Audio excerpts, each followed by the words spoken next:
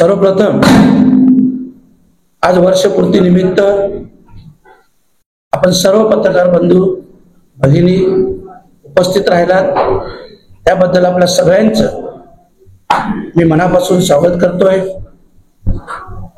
1 वर्षापूर्वी जेव्हा मी निवडून आलो, आजच्या दिवशी शपथविधी घेतली आणि त्यावेळेस मी पत्रकारांना सांगितलं होतं की प्रत्येक वर्षाचा कामाचा आढावा जो माझाच असेल, मीच केलेली कामं असतील, अशाच कामांचा आढावा आणि खास करून खासदार म्हणून मला जे अधिकार प्राप्त झाले, माझी जी कामं आहेत त्या कामांचा आढावा पाठपुरावा जो मी घेतलेला आहे त्या सगळ्या कामांची वर्षपूर्ती निमित्त मी आपल्या सगळ्यांना माहिती देणार आहे। आणि म्हणूनच पुन्हा एकदा आपल्या सगळ्या पत्रकार बंधू भगिनींचं मनापासून स्वागत करतोय। सगळ्यात पहिले तर बघा, मी जी आश्वासनं दिली होती ही सगळी महत्वाची आहेत, कारण 1 वर्षाच्या कालावधीत मी जी आश्वासनं दिली होती अगोदर, एक टोरंट कंपनीचा विषय होता, IGM हॉस्पिटलचा विषय होता, शहापूरचा पाण्याचा प्रश्न होता, मुरबाड रेल्वेचा विषय होता, वऱ्हालदेवी तलावाचे विषय असेल, मुरबाडचा शाही धरणाचा विषय असेल, रेल्वे विषयी मतदारसंघात ज्या काही समस्या आहेत या सगळ्या समस्यांच्या विषयी आणि खास करून भविष्यात एक इंटरनॅशनल स्कूल आपल्याकडे असावी, कारण जे खासदाराची खरे कामं आहेत, नॅशनल हायवेचा विषय असेल त्या कामाचा मी सतत पाठपुरावा करत आहे। या सगळ्या विषयांसाठी मी शब्द दिले होते। पहिला विषय आपल्या सगळ्यांच्या जिव्हाळ्याचा टोरंट कंपनीचा विषय आहे। आपल्याला माहित आहे टोरंट कंपनीचा विषय मी अगोदर पत्र दिले ते 16 विषय, पण मी त्यानंतर सभागृहात, मला वाटतं सभागृहात टोरंट कंपनीचा विषय घेणारा मी एकमेव खासदार असेल ज्यांनी संसदेत हा विषय उचलला आणि तोही कशा प्रकारे भांडलो आपण सगळ्यांनी लाईव्ह बघितलं असेल। मग ते टोरंटच्या छोट्याशा कामगारापासून असू दे तर ते न्यायालयापर्यंत कशा प्रकारे टोरंट प्रक्रिया राबवते आणि कशी पिळवणूक करते ही सगळी माहिती 2 मिनिटात मी अध्यक्ष महोदयांना दिली होती। त्यानंतर ऊर्जा मंत्री आदरणीय मनोहरलाल खट्टर साहेब यांना मी 18 डिसेंबर 2024 ला याविषयी पत्र दिलं। त्यानंतर पुन्हा एकदा 20 मार्च 2025 पुन्हा याविषयीचं मी पत्र दिलं, स्वतः भेट घेतली। बोलताना राज्यस्तरावर बोलून सकारात्मक निर्णय घेऊ अशा प्रकारचे बोलले, परंतु अजून काही निर्णय झालेला नाही। मी सतत त्या प्रश्नाचा पाठपुरावा करत आहे। मध्ये आपण पाहिलं असेल टोरंट कंपनीने एक डिपॉझिट म्हणून अमाऊंट सर्व ग्राहकांना भरावीच लागेल अशा प्रकारची सूचना किंवा आदेश जारी केले, परंतु मला जेव्हा माझ्या कानावर ही गोष्ट आली त्यावेळेस भिवंडी शहर ग्रामीण मधील सगळ्या वीज ग्राहकांना मी याविषयी आवाहन केलं की आपण कोणीही हे डिपॉझिट भरू नये, हे बेकायदेशीर आहे। आणि लोकांनी देखील त्या आव्हानाला प्रतिसाद दिला, कोणी भरलंही नाही। आणि यानंतर माझ्याकडे, माझ्या पेकडे किंवा माझ्या कार्यालयात अशी कोणीही तक्रार डिपॉझिट जबरदस्तीने वसूल केलं जातं अशी कुठलीही तक्रार माझ्या कार्यालयात उपलब्ध झाली नाही। मी माहितीही घेतली, एकंदरीत डिपॉझिटचा विषय बंद झालेला आहे।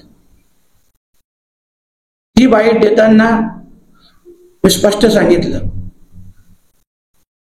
डिपॉझिट तर नका भरू, आणि मी तुम्हाला दिलेल्या वचनाचा मला पूर्ण आठवण आहे. मी दिलेली आश्वासने मी कधीही विसरत नाही.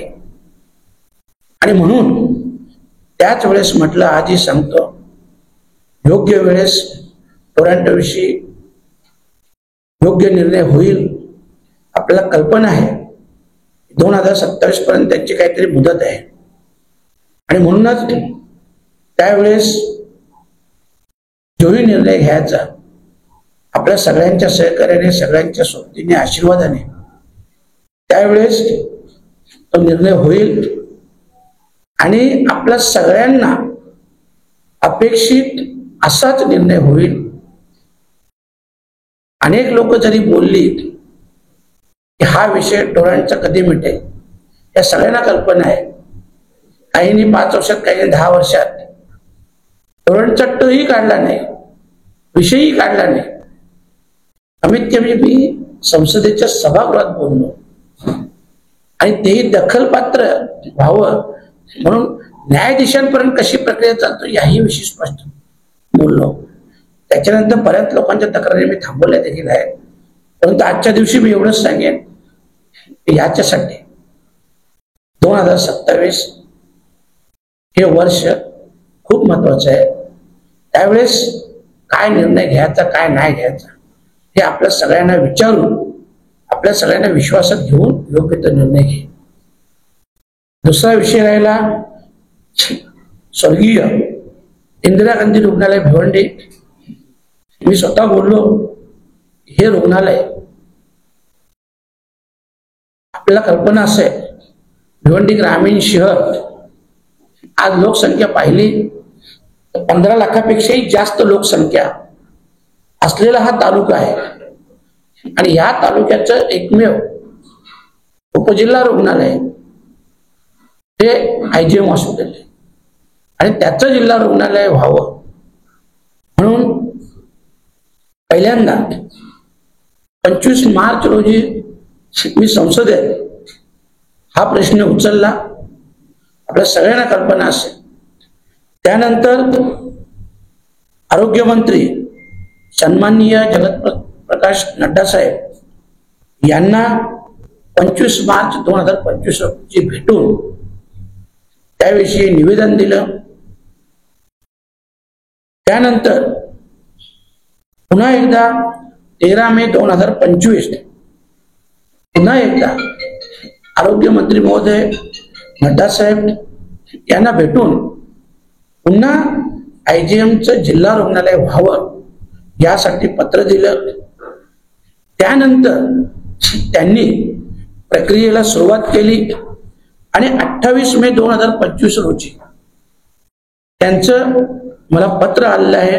28 मे 2025 केंद्रीय आरोग्य मंत्री जगत प्रकाश नड्डा साहेबांनी मला पत्र लिहिलं, आणि त्या पत्रात लिहिलेलं आहे, मुझे आपका पत्र क्रमांक BMVIPDEL/0525/05 दिनांक 13 मई 2025 प्राप्त हुआ है, जो भिवंडी के इंदिरा गांधी मेमोरियल IGM अस्पताल को जिला स्तरीय अस्पताल के रूप में उन्नत कराए जाने के संबंध में है. मैं इस प्रकरण का संबंधित प्रभाग से परीक्षण करवा रहा हूं. सादर. अगोदर 17 फेब्रुवारीला आरोग्याची मीटिंग घेतली होती. त्यानंतर जेव्हा मला मंत्री महोदयांचं पत्र आलं, मग 5 जून 2025 रोजी याच संबंधित आणि संपूर्ण जिल्ह्याचा आढावा घेण्यासंदर्भात ठाण्याला DD ऑफिसला नांदापूरकर साहेबांकडे सगळ्या अधिकाऱ्यांची मीटिंग घेतली, आणि त्यांना याविषयी स्पष्ट सूचनाही दिल्या की असं असं पत्र आलेलं आहे. त्यांनी सांगितलं की ते पत्र आमच्याकडे आलेलं आहे, आणि आम्ही सगळे पॉझिटिव्हली रिपोर्ट देतो. त्या मीटिंगला IGM हॉस्पिटलच्या ज्या मॅडम आहेत, आपल्या काय मॅडमचं नाव आहे, स्वतः बंधारे मॅडम देखील उपस्थित होत्या. आणि म्हणून त्याबाबतच्या योग्य त्या सूचना मी सगळ्या अधिकारी वर्गाला दिलेल्या आहे, आणि त्याची प्रोसिजर चालू झाली. तर ह्याविषयी आहे ना, मी स्वतः पत्र लिहिलं, 3 वेळा भेटलोय रेल्वे मंत्री महोदयांना, 3 वेळा भेटलोय. तिसऱ्या वेळेस त्यांचा प्रतिसाद चांगला होता आणि भिवंडी जी दिवा, भिवंडी, वसई, भिवंडी आणि दिवा अशा मार्गाने जी रेल्वे जातोय ती रेल्वे CST पर्यंत जावी अशा प्रकारची मागणी केली होती. आणि त्या मागणी संदर्भात देखील त्याने सांगितलं की जोपर्यंत आसनगाव आणि शहापूर इथं जे 3ऱ्या आणि 4थ्या लाईनचं काम चालू होत नाही तोपर्यंत ही गोष्ट थोडी पॉसिबल नाही.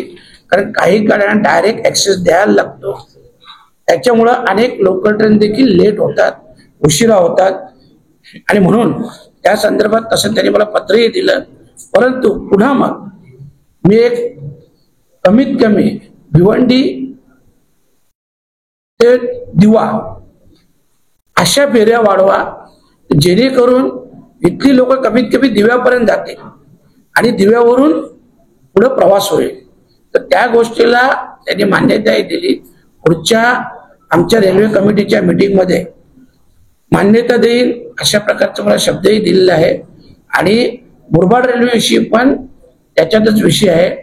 मुरबाड रेल्वेचा जो प्रस्ताव होता तुम्हाला सांगितलं, हा प्रस्ताव ऑगस्ट 2023 पासून पेंडिंग होता जेव्हा तत्कालीन मंत्री महोदय होते.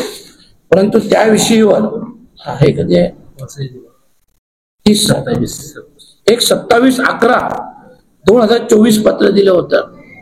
त्याच्यानंतर पत्राचा मायनाही वाचून दाखवतो. माननीय मंत्री महोदय, मैं आपका ध्यान भिवंडी रोड रेलवे स्टेशन पर या ट्रेनों के ठहराव का विषय होता. म्हणजे बाहेरच्या काही गाड्या येतात त्या थांबत नाही. अत्यंत महत्वपूर्ण आवश्यकता की ओर आकर्षित करना चाहता हूँ. भिवंडी प्रमुख औद्योगिक और वाणिज्यिक क्षेत्र है जहां लाखों यात्री प्रतिदिन यात्रा करते हैं, किंतु वर्तमान में कई महत्वपूर्ण ट्रेनें भिवंडी रोड रेलवे स्टेशन पर नहीं रुकती, जिससे स्थानीय यात्रियों को बहुत नुकसान हो रहा है. ये ठीक है, याचा दुसरा कुठला तर जे काय रे जे भिवंडी म्हणजे ती वसई भिवंडी दिवा टू CST मेमो करावी, मुंबई CST तक चलाने के संबंध में अशी देखील मागणी केलेली आहे. आणि येत्या अधिवेशनात या सगळ्या मागण्या ज्या मी केलेल्या आहेत या मी पुन्हा याचा पाठपुरावा करून त्या नक्कीच करून घेतील. कारण आता प्रतिसाद चांगला आहे आणि म्हणून त्या होतील. मुरबाड रेल्वेचा देखील विषय आहे. मुरबाड रेल्वेचा जो विषय होता ऑगस्ट 2023 पासून तत्कालीन मंत्री महोदयांनी साधं पत्रही दिलं नाही, पाठपुरावा नाही केला. ऍक्च्युली स्टेट गव्हर्नमेंट आणि मुंबई रेल्वे यांच्याकडून तो प्रस्ताव गेला होता का 1300 करोड रुपये एक्स्ट्रा आवश्यकता आहे लँड ॲक्वायरसाठी. कारण तो प्रोजेक्ट होता 864 करोडचा. तर त्याच्यात लँड ॲक्वायर प्लस प्रोजेक्ट होत नव्हता. तर त्यावेळेस पासून तो तसाच प्रस्ताव पडून राहिला. त्याचा आता मी पाठपुरावा केला. जेव्हा गेल्या महिन्यात मी गेलो ते सगळे पत्र माझ्याकडे आहेत. त्यावेळेस मग केंद्रीय मंत्री महोदयांनी सांगितलं की आता आपण याचा फॉलोअप घेऊ, महाराष्ट्र शासनाशी बोलायला लागेल. पुन्हा त्याविषयी मी मुख्यमंत्री महोदयांशी बोललो. मुख्यमंत्री महोदय देखील बोलले की जेव्हा अधिवेशन असेल आणि ते जेव्हा दिल्लीत असतील तेव्हा रेल्वे मंत्री महोदयांशी या विषयावर चर्चा होईल आणि महाराष्ट्र सरकारचं जे कॉन्ट्रीब्युशन असेल ते देखील महाराष्ट्र सरकार हे केंद्र सरकारला देईल आणि त्या मुरबाड रेल्वेच्या प्रोजेक्टला गती मिळेल. अशा प्रकारची चर्चा देखील झालेली आहे आणि त्याच्यातून आता मार्ग देखील निघेल. हे सगळ्याच गोष्टींचं ज्यांचं मी बोललो होतं ते सगळे विषयात प्रमुख शहापूर पाणी प्रश्नाचा विषय आहे. शहापूर पाणी प्रश्नाचा विषय बावली धरणाचा जो विषय होता 2022 साली तत्कालीन मुख्यमंत्री एकनाथजी शिंदे साहेब यांनी या प्रकल्पाला 276 करोड रुपये मंजूर करून मान्यता दिली. या प्रकल्पात 2 वेळा पुनरावलोकन करून या प्रकल्पास वाढीव 316 कोटी रुपये देण्यात आले. 276 ऐवजी 316. 4 मार्च 2025च्या बैठकीत या प्रकल्पातील जलशुद्धीकरण केंद्र, ऍक्च्युली याच्यात काय झालं सांगतो. ठेकेदारांनी काय केलं, ठेकेदारांची प्रॉफिट कशात आहे, तर पहिले पाईप टाकणे, हे सगळं काम करणे, पाण्याचा स्त्रोत बी त्यांचा तो विषय नाही, तो नंतर. जेव्हा तुम्ही लाईन काम करता तर सगळ्यात महत्वाचा विषय असतो पाण्याचा स्त्रोत आणि ते पाईपलाईनद्वारे करणे. कुठलाही पाठपुरावा केला नाही. त्या दिवशी शहापूरला कपिल पाटलांनी विषय काढला 200 करोड, त्यांना तर ते माहिती नाही, पण त्यांनी सांगितलं 200 करोड रुपये मी मंजूर केले. ज्या गोष्टीचं त्यांना दांगपत्ताही नाही, फक्त श्रेय घ्यायचं. हे पैसे सगळे तत्कालीन मुख्यमंत्री एकनाथ शिंदे यांनी मंजूर केलेले आहे. आणि तेव्हापासून सांगतो आतापर्यंत पाईपलाईन टाकले, सगळे ठेकेदारांनी त्यांचे पैसे काढले, परंतु जो महत्वाचा विषय होता फिल्ट्रेशन प्लांट बसवायचा, त्याचा पाठपुरावा कोणीही केला नाही. मग त्या संदर्भात मला जेव्हा समजलं, मला त्या शहापूरचे लोक माझ्याकडे आले. मग 4 मार्च 2025 जेव्हा जलशुद्धी केंद्र उभारण्याबाबतचा प्रस्ताव प्रलंबित होता, मग त्या संदर्भात मी लगेच 8 मार्च 2025 रोजी सन्माननीय मंत्री चंद्रशेखरजी बावनकुळे साहेब यांना भेटलो. तर यांच्याकडे तो प्रस्ताव होता आणि तो प्रस्तावही असा होता की जी जागा आहे, जी जागा हवी आहे ती फॉरेस्टची जागा आहे आणि ती अदलाबदल करण्यासाठी फॉरेस्टला शासनाची जागा द्यायची. आणि तो प्रस्ताव अनेक दिवसापासून महसूल मंत्र्यांकडे प्रलंबित होता. मी गेल्यानंतर मग 8 मार्चला त्यांच्यावर त्यांनी तात्काळ कार्यवाही केली. तो प्रस्ताव पाठवला, त्याच्यात 3 त्रुटी काढल्या, 3 मधून 2 त्रुटी तात्काळ पूर्ण केल्या, 1 त्रुटी अजूनही बाकी आहे. पण जो फिल्ट्रेशन प्लांटचा विषय आहे, आता याविषयी बघा, ज्या 3 त्रुटी काढल्या तर 2 त्रुटी सोडवलेल्या आहेत. त्याच्यानंतर जी 1 त्रुटी आहे ती त्रुटी देखील या आठवड्याभरात पूर्ण करून आणि त्याचा सर्वे देखील झाला. माझा बोलायचा उद्देश काय आहे, ठीक आहे मी तो शब्द दिला होता, पण त्याच्या अगोदरच तत्कालीन मुख्यमंत्री एकनाथ शिंदे साहेबांनी त्याला मंजुरी दिली होती. पण त्याचा जो पाठपुरावा करायला हवा होता 2022च्या नंतर, तो पाठपुरावा कोणीही केला नाही. फक्त पाठपुरावा कशासाठी झाला का ठेकेदारांनी काम पटापट करावं, त्यांची पटापट कमिशन द्यावी, याच्यासाठी पाठपुरावा झाला. महत्वाचा फिल्ट्रेशन प्लांट, त्याच्याशिवाय तुम्ही प्रोजेक्ट चालू नाही करू शकत.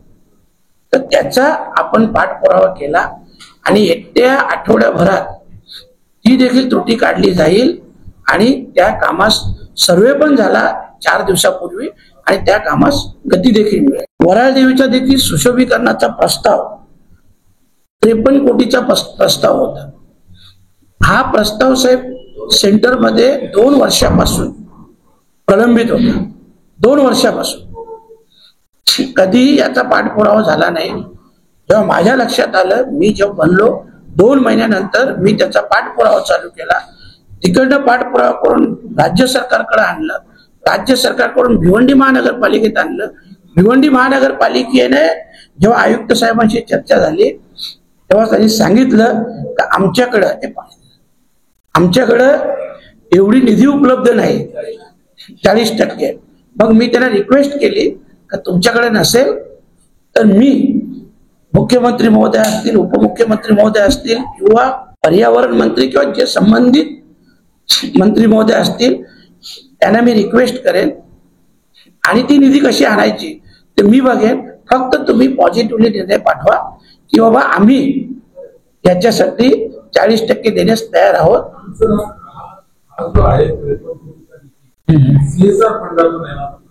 नाही ना, CSR फंडातून विशेष कुठे आहे यांचा? हे सगळं साहेब हा 2 वर्षापासून केंद्र सरकारकडून प्रलंबित आहे. आपण चालू केल्यानंतर केंद्र सरकारकडून राज्य सरकारकडे, राज्य सरकारकडून भिवंडी महानगरपालिकेत आला. भिवंडी महानगरपालिकेने सांगितलं तेवढं कॉन्ट्रीब्युशन देण्यासाठी आमच्याकडे पैसे नाही. मी त्यांना रिक्वेस्ट केली की तुम्ही पॉझिटिव्हली पाठवा, पैशाचं मी बघेन. कुठल्या मंत्री महोदयांच्या हातापाया पडायचं, कुणाला काय विनंती करायची मी करेन, पण मी तो मंजूर करणार नाही. तेव्हा त्यांनी आता तो प्रस्ताव पॉझिटिव्हली पाठवलेला आहे. पण त्याचा देखील जो महत्वाचा विषय आहे तो देखील यापुढे मार्गी लागेल अशा प्रकारचा माझा पाठपुरावा आहे. आपण पाहिलं असेल भिवंडीच्या वाहतूक समस्येचा विषय असेल, अनेक वेळा मी स्वतः रस्त्यावर उतरून सोडवण्याचा प्रयत्न केला. कमीत कमी 4 बैठका ज्या तारखेनुसार देईल, ट्रॅफिकचे अधिकारी असतील, PWD असेल, MSRTC असेल, या सगळ्या अधिकाऱ्यांशी 4 बैठका झाल्या. त्याच्यातून ठोस मार्ग काही निघत नाही. आणि हेही सांगतो याच्यात अधिकाऱ्यांकडून किंवा शासनाकडून योग्य तो प्रतिसाद मिळत नाही. मी खूप रिक्वेस्ट केली. आता शेवटी त्या दिवशी जो मी 4 दिवसापूर्वी DCP साहेबांना बोलला होता, PWD चे देखील अधिकारी होते, त्या दिवशी शेवटची विनंती सूचना केली की आता जर आम्ही ज्या पद्धतीने सांगतो त्या पद्धतीने काम होत नसेल तर कुठल्याही अधिकाऱ्याला यापुढे हात जोडले जाणार नाही, विनंती केली जाणार नाही. मग जे लोकांचा रोष असेल त्याला तुम्हाला प्रत्यक्ष सामोरं जायला लागेल.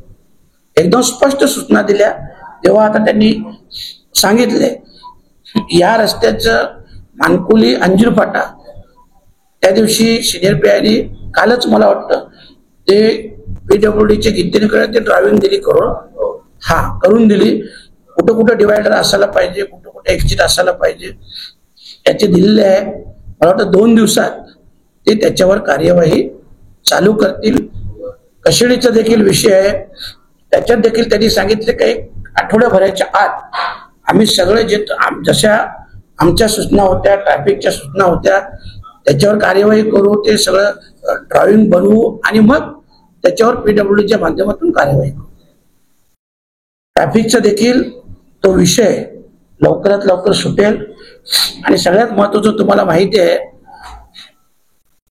की ट्रॅफिक बाबतीत जो कशेडी नाही, जो खारीगाव तो वडपा ह्या रस्त्याचं काम जे मुदतीत पूर्ण झालं नाही, जे काम निकृष्ट दर्जाचं झालेलं आहे आणि ते काम ज्या कंपनीचं होतं त्या कंपनीतून सब कॉन्ट्रॅक्टर म्हणून काहीतरी मिहान म्हणून कंपनी आहे, जिला ते सब कॉन्ट्रॅक्ट दिलेलं आहे, ज्या कंपनीने एकदम 3rd लेवलचं काम केलेलं आहे, त्याचं 3rd पार्टी ऑडिट देखील मी करून घेतलेलं आहे. 2 महिन्यापासून प्रोसिजर करतोय. काल त्यांचं मला वाटतं नाशिक जी याची कंपनी आहे विजिलन्स, त्यांनी MSRTC कडे आज अहवाल पाठवणार आहेत. त्याचा 3rd पार्टी अहवाल जो 3rd पार्टी ऑडिट NHA अहवाल, तर त्याच्यात आता आपल्याला स्पष्ट समजेल का ते कशा प्रकारचं काम आहे. आणखी तुमचे काही प्रश्न असतील? दुसरी गोष्ट सगळ्यात महत्वाचा, आपला कल्पना असेल भिवंडी टू वज्रेश्वरी, त्याच्यात एक म्हापे म्हणून गाव आहे जिथं JNPT वडोदराच्या रस्त्याला एक्झिट आवश्यक होते. पूर्ण रस्त्याचं प्लॅनिंग झालं, काम झालं, परंतु त्या रस्त्याच्या एक्झिटचं कधीच मंत्री महोदयांनी बघितलं नाही. आमचं कामच हे आहे की NHA वाल्यांना तिथं रिक्वेस्ट करून आणि ती एक्झिट द्यायची होती आणि तिथं एक्झिट दिले तर हजारो एकर जागा डेव्हलप होतील वेअरहाऊसच्या माध्यमातून आणि हजारो नाही तर लाख लोकांना नोकऱ्या मिळतील. हे असे प्रोजेक्ट आणणे कदाचित आपल्या सगळ्या पत्रकारांना माहित असेल. मी अनेक वेळा आपल्या समोर बोललोय की ऍज अ खासदार म्हणून जी कामं आहेत हीच मागच्या खासदारांना कळली नाही. आमदारांनी पत्र दिले ते मीच काम केलं, खासदार इतर नगरसेवकांनी केलं मीच केलं असं नाही. मी जी कामं बोलतो ना, IGMचं जिल्हा रुग्णालय माझं काम आहे. ठीक आहे, टोरांटचा तिकडे जरी विषय नसला, राज्य सरकारचा असला, पण तो मी शब्द दिलेला आहे. वराळ देवीचं काम तिकडनंच होणार आहे, मुरबाड रेल्वेचं काम तिकडनंच होणार आहे. शहापूरचं जरी महाराष्ट्र सरकारकडून असलं तरी त्याचा पाठपुरावा मला घ्यायला पाहिजे. बदलापूरच्या रेल्वेचे काही विषय असेल त्याचा पाठपुरावा मला घ्यायला पाहिजे. हे जे काही असे सगळे विषय आहेत हे अनेक विषय असे आहेत बघा. बाकी वर्षभरात मी भिवंडीसाठी किती कामं केली, शहराला किती निधी मिळवून दिला, माझ्याच पत्रावर बोलता. नाही तर आमदारांनी पण पत्र दिलं, मी पण दिलं, तुम्ही माझं नाही पकडत. आता तुम्हाला एक सांगतो, वेळेला एक जेट्टी बनली. ऍक्च्युली या जेट्टीचं आता उद्घाटन आहे 2-3 दिवसानंतर. या जेट्टीचं पत्र दिलं शांताराम मोरेने, आमदार शांताराम मोरेने त्याचं ते पत्र दिलं, परंतु पाठपुरावा नाही केला. त्या जेट्टीचा मी पाठपुरावा केला, मी मंजूर करून घेतली आणि ते काम पण पूर्णत्वास आलं. पण पत्र त्याने दिलं होतं. आता तुम्हाला याच्याविषयी सांगतो, स्टेम विषयी सांगतो. स्टेमचं 2025 रोजी नियोजन भवनला मीटिंग घेतली आणि जी ग्रामीण भागाची वस्तुस्थिती आहे की किती गावात पाणी पोचत नाही, किती गावात प्रेशर नाही, काय नाही, हे सगळे विषय झाले. तर त्याच्यामुळे ज्या ज्या गावात प्रेशर नाही, पाणी पोचत नाही, त्या गावात पण तुम्ही बिलं मारलेली आहेत. काही लाख रुपये व्याज देखील लावलेलं आहे त्या बिलांना. तो सगळा व्याज पूर्णतः माफ व्हावा आणि बिलांमध्ये देखील जिथं पाणी पोचत नसेल तिथं सूट द्यावी, अशा प्रकारची मागणी केली आणि ठरावही झाला. कधी 4 मार्च 2025 सगळा झाला. अधिकाऱ्यांनी सांगितलं ते मंजूर आम्ही करून टाकतो. त्याच्यानंतर हे कपिल पाटलांना समजलं आणि 16 मार्चला जाऊन पत्र दिलं. हा विषय वर्ष 2 वर्षाचा नाही आहे, हा विषय 10, 12, 15 वर्षापासूनचा आहे. फक्त समजलं काम होतंय का जाऊन पत्र द्यायचं आणि श्रेय घ्यायचं. तुम्हाला माहिती आहे मेट्रोच्या कामाचं पण श्रेय तुम्ही फोटो बघितले असते. अरे मेट्रो किती 1000 करोडची आहे, त्याच्यासाठी किती वर्ष मंजुरीसाठी लागले, काय लागले. तुम्ही 15 दिवस अगोदर जाऊन फोटो काढता, समजलं. तर हे असं सिस्टम नको. 10 वर्ष तुम्हाला लोकांनी 10 वर्ष दिले, मग 10 वर्ष स्टेमचं काम आप नाही झालं. बघा हे जे आहे ना, हा विषय माझ्याकडे आजच आलेला आहे. हेही सांगतो आजच आलेला आहे. तुम्ही माझ्याकडे लगेच पत्र द्या, तुम्हाला याच्याविषयी मी 1 आठवड्याच्याच उत्तर देईन लगेच, कारण हा विषय पहिल्यांदाच आलेला आहे. त्याच्यामुळं तुम्ही पत्र द्या. बुलेट ट्रेनचा विषय आहे, आपल्यालाही कल्पना आहे. बुलेट ट्रेन विषयी मी स्वतः काही 100 करोडचा भ्रष्टाचार झालेला आहे, डायरेक्ट बिलं काढलेले आहेत आणि या सगळ्यांवर गुन्हा दाखल व्हावा म्हणून बुलेट ट्रेनच्या अधिकाऱ्यांनी देखील पत्र दिलेलं आहे. ठाणे आयुक्त, पोलीस आयुक्त सन्माननीय डोंगरे साहेबांनी देखील पत्र दिलेलं आहे आणि त्यांनी पत्र EOW कडे वर्ग केलेलं आहे चौकशीसाठी आणि EOW ते पत्र अँटी करप्शनसाठी दिलेलं आहे. त्यांनी DG साहेबांकडे ह्या कारवाईच्या मागणीसाठी पत्र दिलेलं आहे. तर ह्या सगळ्या गोष्टीचा पण पाठपुरावा होणार आहे. कारण बघा हे जे प्रोजेक्ट येतात ह्याच्यात जर काही 100 करोडचा भ्रष्टाचार होत असेल तर हे चुकीचं आहे. दुसरी गोष्ट सगळ्यात महत्वाची, भिवंडीमध्ये ड्रग्सचा आपल्या कल्पना असेल, मी स्वतः अमित शाह साहेबांना पत्र दिलं, मी स्वतः हा विषय संसदेत बोललो. भिवंडीत जो ड्रग्सचा विषय आहे हा कुठल्याही परिस्थितीत ड्रग्स असेल, गुटखा असेल, हे सगळं बंद झालं पाहिजे. आणि आज अनेक वेळा पत्र दिले, अमित शाह साहेबांशी बोललो, संसदेत आवाज उठवला,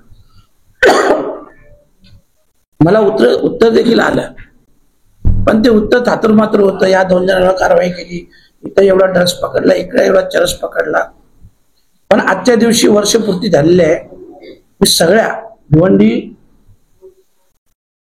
लोकसभा क्षेत्रातील सगळ्या नागरिकांना एक आवाहन करतो की उद्यापासून आपण सगळ्यांनी ड्रग्स मुक्त भिवंडी लोकसभा हे अभियान राबवायचं आहे.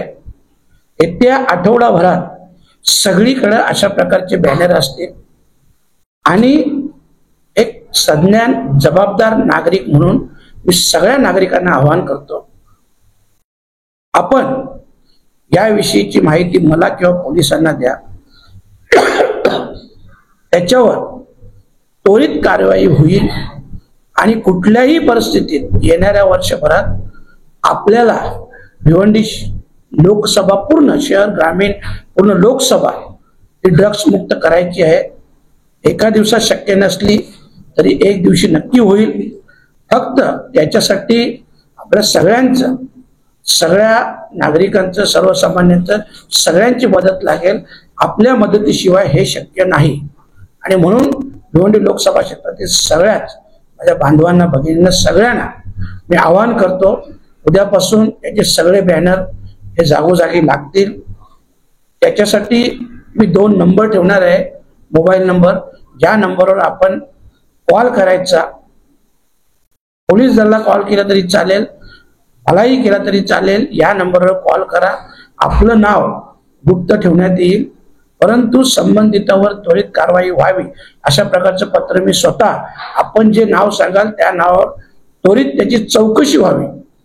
सत्यासत्य ते काय आहे ते चौकशी होऊन त्याच्यावर कारवाई व्हावी. अशा प्रकारचं उद्यापासून आपण हे अभियान राबवायचं आहे. एवढंच मी ड्रग संदर्भात आवाहन करतो. बरोबर, ज्यांचा पाठपुरावा चालू आहे. एक तर जगत प्रकाश नड्डा साहेबांना दिलेला आहे, केंद्रीय आरोग्य मंत्री, पंतप्रधान आयुष्यमान भारत आरोग्य मिशनच्या अंतर्गत शहापूर येथे क्रिटिकल केअर युनिट मंजुरीसाठी 13 मेला एक पत्र दिलेलं आहे.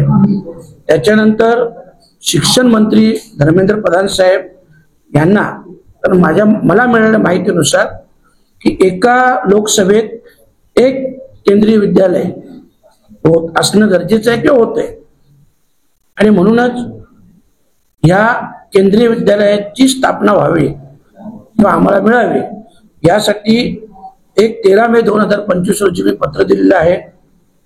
भिवंडीत स्पर्धा परीक्षा केंद्र व नीट UG परीक्षा केंद्राची स्थापना व्हावी या संदर्भात देखील 13 मे 2025 रोजी धर्मेंद्रजी प्रधान साहेब, केंद्रीय शिक्षण मंत्री यांना मी या संदर्भातले पत्र दिले आहे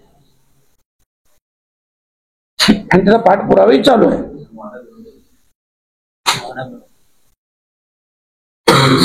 वाडा भिवंडी रस्ता हे देखील आपल्या कल्पना आहे. त्या दिवशी गेलो, पण बघा खरं कारण जे आहे हे कोणीच सांगत नाही. त्यावेळेस हा रस्ता मंजूर झाला, ठरल्याप्रमाणे उद्घाटन अगोदर केलं गेलं. आता त्याच्यासाठी पैसे नाहीत शासनाकडे, एकदम स्पष्ट सांगतो, पैसे नाहीत. जेव्हा छत्रपती शिवरायांचं मंदिर जेव्हा उद्घाटन झालं त्यावेळेस आदरणीय मुख्यमंत्री महोदयांना मी मागणी केली, साहेब या रस्त्यासाठी लवकरात लवकर निधी उपलब्ध करून द्यावा. त्यांनी देखील मान्य केला की मी देतो, परंतु खूप कमी प्रमाणात तो निधी उपलब्ध होत आहे. आणि म्हणून कदाचित उद्या किंवा परवाच माझी पुन्हा एकदा मुख्यमंत्री महोदयांसोबत भेट घेणार आहे मी याच संदर्भात, की त्याला लवकरात लवकर निधी उपलब्ध करून देऊन लवकरात लवकर ते काम व्हावं. कारण खूप लोकांचे ऍक्सिडेंट झालेले आहेत, खूप लोकांना अपंगत्व आलेलं आहे. आणि याचा तुम्हाला एक विशेष सांगतो, जे PWD वगैरे आहेत अधिकारी यांनी 100% तिथे भ्रष्टाचार केलेला आहे. कारण आपण त्याची एक छोटी माहिती सांगतो. आतापर्यंत या 7-8 वर्षात 106 करोडचं रिपेअरिंग बोला, मेंटेनन्स बोला, असं काम झालेलं आहे. 106 करोड कशाला बोलतात? 106 करोडात पूर्ण डांबरीकरण झालं असतं, पण एवढं 106 करोड रुपये त्या रस्त्यासाठी मेंटेनन्ससाठी गेलेले आहेत. हा जो सगळा विषय आहे, ठीक आहे, त्याचा देखील पाठपुरावा चालू आहे. त्या दिवशी देखील गेलो, माझं म्हणणं ठीक आहे, मी जागेवर गेलो, पाहणी केली, अधिकाऱ्यांना धमकावलं, सगळं ठीक आहे. पण त्याच्या मुळाशी गेल्यानंतर कळलं का रस्त्यासाठी सध्या निधी कमी पडतोय. आणि म्हणून त्या संदर्भात ती मागणी पुन्हा एकदा मुख्यमंत्री महोदयाकडे करणार आहे. आणि हे सगळे जेवढे विषय आहेत हे एका खासदाराची कामं आहेत. म्हणजे ज्या खासदाराला ही कामं करायची आहे, MMRDची आमची कामं नाही आहेत. मी तुम्हाला बोललो 25-15 मधून काही कामं मंजूर केल्यात, मीच केल्यात. माझ्याच लेटर मीच पालकमंत्री महोदयांना भेटून जी केल्यात, भले ती 30-35 करोडची आहेत. पण तुम्ही स्वतः केल्यात, कोणाचंही सही घेतलं नाही. एकदम क्लिअर सांगतो या कामात. आणि जेवढे विषय बोललोय त्यांचे सगळ्यांचे पत्र बघा. हे सगळं जे आहे ना, खरं बोललो, ठीक आहे, मी विरोधी पक्षात असल्यामुळे थोड्याफार अडचणी आहेत, पण सत्ताधारी खासदारांनी 10 वर्षात हे सगळे विषय करण्यासारखे होते. IGM ला काय, जिल्हा रुग्णालयाला काय करत होतं, तुम्ही केंद्रीय मंत्री होतात, सांगा ना. वराळ देवी तलावाचा प्रस्ताव काय एवढा मोठा विषय, 53 करोडचा प्रस्ताव आहे. जे जे विषय आहेत, तो वाडा मनोर रस्ता असेल, मुरबाड रेल्वे असेल, हे सगळे, एक केंद्रीय शाळा असावी, हे सगळे विषय जे आज तुम्हाला सांगतो. जो तो विषय आहे ना आपला एक्झिटचा, आपलं ते मापे गावाच्या इथं, तर त्याच्यात मी कमीत कमी 3 NHA वाल्यांची मीटिंग केल्या. गडकरी साहेबांना 3 वेळा भेटलो. तिकडची सगळी कमिटी मी गडकरी साहेबांकडे घेऊन गेलो. गडकरी साहेबांनी चांगला प्रतिसाद दिला. आता ते सगळं फायनल होऊन आता त्याच्या कामाचा एस्टिमेट पण बनला आणि तो एस्टिमेट 199 पॉइंट काहीतरी करोडचा बनलेला. आता तो मंजुरीसाठी गडकरी साहेबांकडे गेलेला आहे. 3 दिवसापूर्वी गडकरी साहेबांच्या पेशी माझं बोलणं झालं साहेबांच्या भेटी संदर्भात. त्यांनी सांगितलं तो जो सगळा एस्टिमेट बनवलेला आहे तो आम्हाला पाठवा. मग मी संबंधित अधिकाऱ्यांना सांगितलं, त्यांनी त्वरित त्यांच्या व्हॉट्सअपवर पाठवला. त्यांचा मला तो स्टडी करतो आणि मग तुम्हाला बोलतो. आणि तो विषय सुटला तर कमीत कमी 1,00,000-2 लाख लोकांना नोकऱ्या भेटतील. ही कामं आम्हाला करायची. आणि म्हणून या सगळ्या कामांचा पाठपुरावा चालू आहे. बाकी छोटे मोठे जे विषय आहेत, गटर बिटर रस्ता, ते होणार आहे.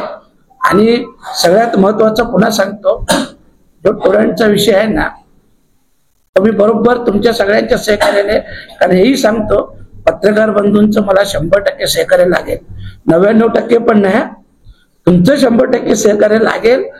तर कारण मी विरोधी पक्षातला खासदार आहे. जेव्हा तुम्ही तो प्रश्न उचलाल, तुम्ही त्याला प्राधान्य द्याल, तेव्हा त्याची दखल वर घ्यायला घेतील. नाही तर मी इथं कितीही बोलून, कितीही भांडून, मोर्चे काढून, आंदोलन करून, आपल्याला कल्पना असेल एवढे मोठे मोठे मोर्चे निघाले होते का? छोटे मोर्चे होते? एवढे मोठे मोठे मोर्चे निघून सगळी दखल पण घेतली. आणि म्हणून याच्यासाठी तुम्ही सगळे भिवंडीतील जनता आणि सगळे पत्रकार बंधू, आपण सगळे सोबत असलो, तोही विषय जो आहे तोही निकाली काढू.